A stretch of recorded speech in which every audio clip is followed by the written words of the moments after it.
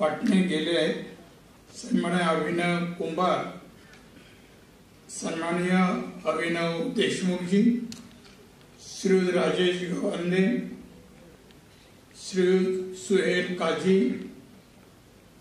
Prashant Patil, doctor Deepika तांगडकर, आयोजक सन्माननीय अमोल गवळी, अनिता गवळी, त्यांची सर्व सहकारी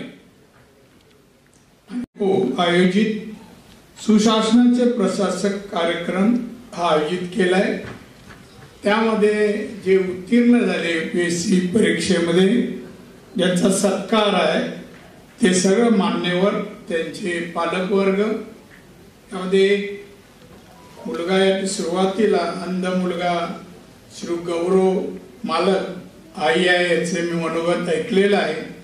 आणि उपस्थित बंधू भगिनींनो आणि मित्र,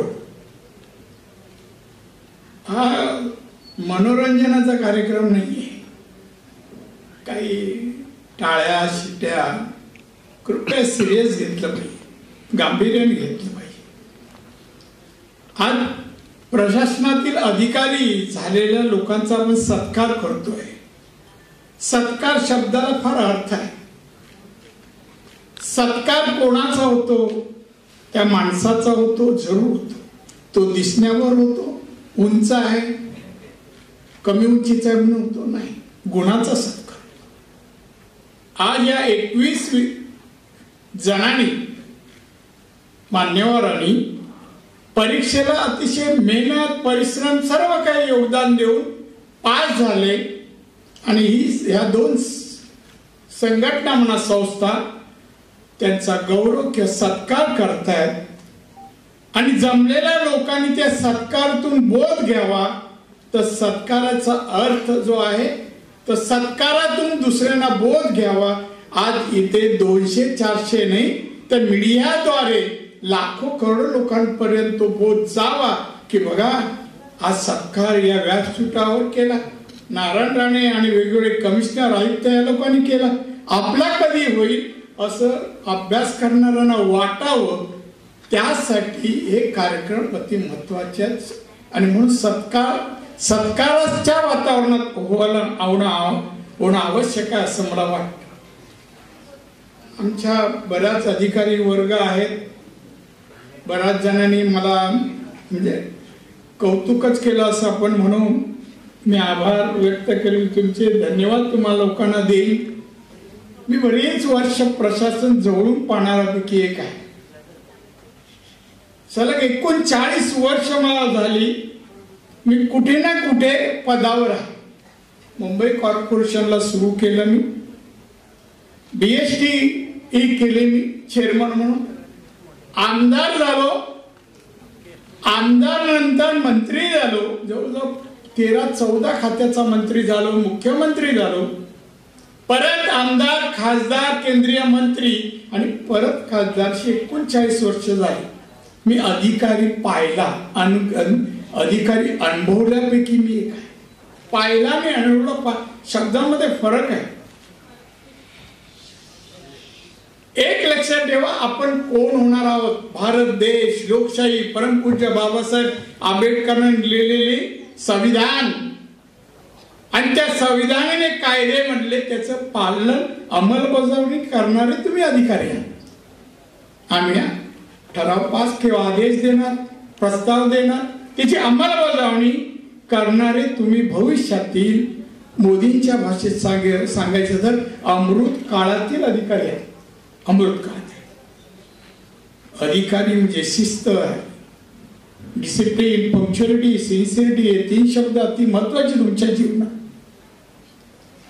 एक टप्पा गाठला, आपण पास झालो, IAS झालो, IPS जे काय झालो म्हणजे सरळ काय मिळवलं असं नाहीये. मी एक दिवशी एका व्याख्यानालाच गेलो होतो. ते व्याख्यान करते नुकते फॉरेनला जाऊन आलेले होते, नेते होते ते, आणि मी नवीन होतो. मी सर जाऊन नमस्कार केला आणि नमस्कार केल्यानंतर ते म्हणाले काय कसं आहे ठेवलं, तुम्ही दादा दिसत नाही, बाहेर होता का? हो म्हणे, थोडा परदेशात काय टूर वर मी गेलो तर काही देश पाहून आलो. मी कुतूहलाने विचारलं दादा कसे आहे अमेरिका, लंडन? तोपर्यंत मी पाहिले नव्हते. माझ्या खांद्यावर हात ठेवला, मला राणे अरे एवढ्याशा प्रवासामध्ये माझ्या मी तुला जग कसं सांगू. एक गोष्ट लक्षात ठेव, संपूर्ण आयुष्य जरी आपण अभ्यास केला तरी जगातलं ज्ञान आपण आत्मसात नाही करू शकत. त्या मिळवला म्हणून आनंद जरूर करा, सेलिब्रेटी करा, पण आपली मोठी जबाबदारी आपल्यावर येणार आहे. हे देश भारत, लोकशाहीचा भारत देश, 140 कोटी जनता, याच्यामध्ये आता मोदी मंडळ, मला गुजराती अध्यक्ष होते त्यांनी मला बोलून घेतलं, राणे तू कापसात PhD केली का? नाही सर. अरे तू कोकणातला, तू आमच्या इकडे जळगाव किंवा विदर्भाच्या कापसावर कसं काय बोलू शकतो? मग त्यांना मी सांगितलं कसं बोलू शकतो. 3 दिवस मी नागपूरला जाऊन राहिलो, 3 दिवस. 2 एक्सपर्टने बोलवलं. मी म्हटलं साहेब मला या विषयावर बोलायचं आहे आणि मला तुम्ही सांगा, कापसाच्या जातीपासून सांगा, कपड्यापर्यंत सांगा सर. आणि ऐकून घेतलं आणि मग दुसऱ्या दिवशी सभागृहात बोल. तुमचं अभिनंदन मी करतोय आणि त्याचबरोबर तुम्हाला शुभेच्छाही देतोय. कर्तृत्ववान अधिकारी माझ्या देशाला हवे आहे, माझ्या देशाला हवे आहे. अमृत काळामध्ये भारत 2047ला विकसित देश म्हणून बाजूने करणार आहे. मी आत्ताच आलो, मंत्री आत्ता होतो, या वेळेला नाहीये. पंतप्रधान विश्वकर्मा एक योजना जाहीर केली, आपल्याला सगळ्यांनी महत्वाकांक्षी योजना. मी शेवटच्या मीटिंग मध्ये अधिकाऱ्यांना सांगितलं, हा टेंडर मंजूर करा. 17 सप्टेंबर पंतप्रधानांचा वाढदिवस आहे, त्यामध्ये अंमल झालेली आपल्याला दिसायला पाहिजे. पसायला काय, आणि तेवढ्यात निवडणूक झाली, आचारसंहिता आली, आणि दुसरे म्हणते मी माहिती की बाबा आता 17 सप्टेंबर एक झाली का, एका अधिकाऱ्याने ती रिटेंडर केली. अशी आपण अधिकारी आहोत, महाराष्ट्राचे आहोत, छत्रपतींचा महाराष्ट्र आहे, परंतु आपले आंबेडकर साहेबांचा महाराष्ट्र आहे. मग त्याचे अधिकारी आम्ही कसे कर्तव्यदक्ष असतो. राजकारणात माणूस आला का पहिला छत्रपती शिवाजी महाराज की जय, रथ किती आहे, ताकद किती आहे, मुद्दा गाऊन, पण घोषणा तरी देतो ना. तसं तुम्हाला वागायला पाहिजे, चालायला पाहिजे. लोकांनी गावामध्ये, शहरामध्ये जिथे राहता वाटलं पाहिजे बघा काय फरक पडला. माणसं बदलू शकतात, स्वतःला. माझा बदल फक्त वाचनाने आहे, मला तसं मार्ग बाळासाहेब नंतर, पण माझ्यामध्ये फरक परिवर्तन आहे ना फक्त वाचनाने. वि स खांडेकरांच्या एका लेखाने माणसाला जर काही बनायचं असेल, त्याची महत्वाकांक्षा असेल आणि त्याला आपली प्रगती आणि यश मिळवायचं असेल, त्याचे स्वभाव गुण असे असले पाहिजे. आणि अमुक गुण असले तुम्ही काय होणार नाही. मी बोललो आपण सेकंड कॅटेगरी मध्ये आहे, आपण शक्य नाहीये. पण मी त्यानंतर समजलं नाही, त्यांनी सांगितलं हे करायचं नाही. लोकप्रतिनिधींना मोकळ्या रस्त्यावर कुठे चहा आला, कुठे गप्पा मारत नाही राहायचं. लोकप्रतिनिधी लोकांना हवा असा वाटायला पाहिजे, तसं काम, कार्य, वागणूक करायला पाहिजे. हे आमच्या लोकप्रतिनिधींसाठी आहे. आणि तुम्ही अधिकारी, कर्तव्य दक्ष अधिकारी माझा. मी तुमचं एक काम म्हणजे बढ़िया आप लोग की तरफ से हुआ और युवा उत्थान फाउंडेशन की तरफ से कैसा कार्यक्रम रहा और क्या लगता है इस तरह कार्यक्रम से कितना मदद मिलती है युवाओं को, या छात्र है या जो कुछ बनना चाहते हैं, यूपीएससी की तैयारी करना चाहते हैं, या बाकी छात्रों को क्या कहना चाहेंगे? सबसे पहले आपका नाम, उसके बाद आप बताइए। सर बिल्कुल, युवा उत्थान फाउंडेशन के माध्यम से 2017 से लास्ट 8 साल से हम यूपीएससी केंद्रीय लोक सेवा आयोग नागरिक सेवा में जो उम्मीदवार हर साल पास होते हैं महाराष्ट्र से और इंडिया से, उनका सत्कार का प्रोग्राम हम हर साल रखते हैं। इससे कई सारे बच्चे जो देहातों से, ग्रामीण इलाकों से आते हैं या शहर से भी आते हैं, उनकी एक स्ट्रगल, उनकी अपनी एक स्टोरी होती है, तो वो स्टोरी हम समाज के सामने लाना चाहते हैं। और उनका मार्गदर्शन हो, उनकी सफलता का राज है उनका हार्डवर्क, उनका पैशन। जैसे आपने सुना कई सारे बच्चे हैं जो नासिक से आए थे, अहमदनगर से आए थे, अमरावती, नागपुर से आए थे, तो उन लोगों को समाज के सामने उनका आदर्श खड़ा करना, समाज के सामने उनको लेके जाना और उनके लिए काम करना, ये युवा उत्थान फाउंडेशन का उद्देश्य है। इसलिए हम उनको स्कॉलरशिप देना, उनको फैसिलिटी उपलब्ध करके देना, उनको किताबें देना, उनको पैसे देना, इस प्रकार की मदद हम करते हैं। हमें बहुत अच्छा लगा, आप कई सारे मीडिया कर्मी इस प्रोग्राम को आए हैं, तो हम आपका भी शुक्रगुजार करते हैं, आपको भी धन्यवाद देते हैं।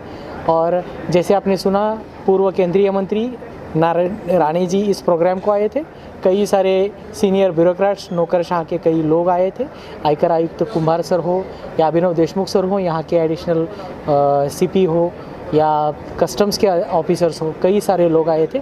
हम उनसे समाज में यही एक उद्देश्य लेकर जा रहे हैं कि हमारा समाज और हमारा जो तरुण है वो ज़्यादा से ज़्यादा स्पर्धा परीक्षा में आए और देश को विकसित भारत करने में अहम भूमिका निभाए।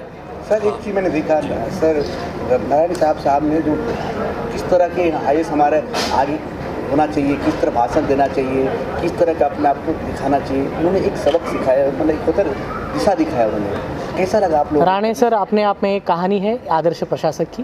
राणे सर ने हर एक पोस्ट पे काम किया है, जैसा आप जानते हो वो बॉम्बे महानगर पालिका में पार्षद थे, बाद में विधायक बने, बाद में मंत्री बने, मुख्यमंत्री थे, विरोधी दल के नेता थे, एमपी थे, मंत्री थे और केंद्र में भी मंत्री बने थे। तो इनके थ्रू हम यही मैसेज लेना चाहते हैं कि अगर आपके ऊपर विश्वास हो, आप बदलाव करना चाहते हो तो एजुकेशन के थ्रू ही बदलाव होगा, शिक्षण से ही एम्पावरमेंट होगा। इसी उद्देश्य से हम काम कर रहे हैं। आप कुछ बोलना चाहते सर? जैसे हमारे योगेश बिराजदार जी है और ये हमारे दूसरे साथी है, ये भी आपके साथ बात करेंगे। नहीं, युवा उत्थान फाउंडेशन जो हमारी टीम है, ये टीम वर्क है। जो हर साल हम एक प्रोग्राम ऑर्गेनाइज करते हैं और टीम वर्क करते हैं, तो हमें बहुत अच्छा लगता है कि हर every year we should arrange this program and motivate the people and student. धन्यवाद।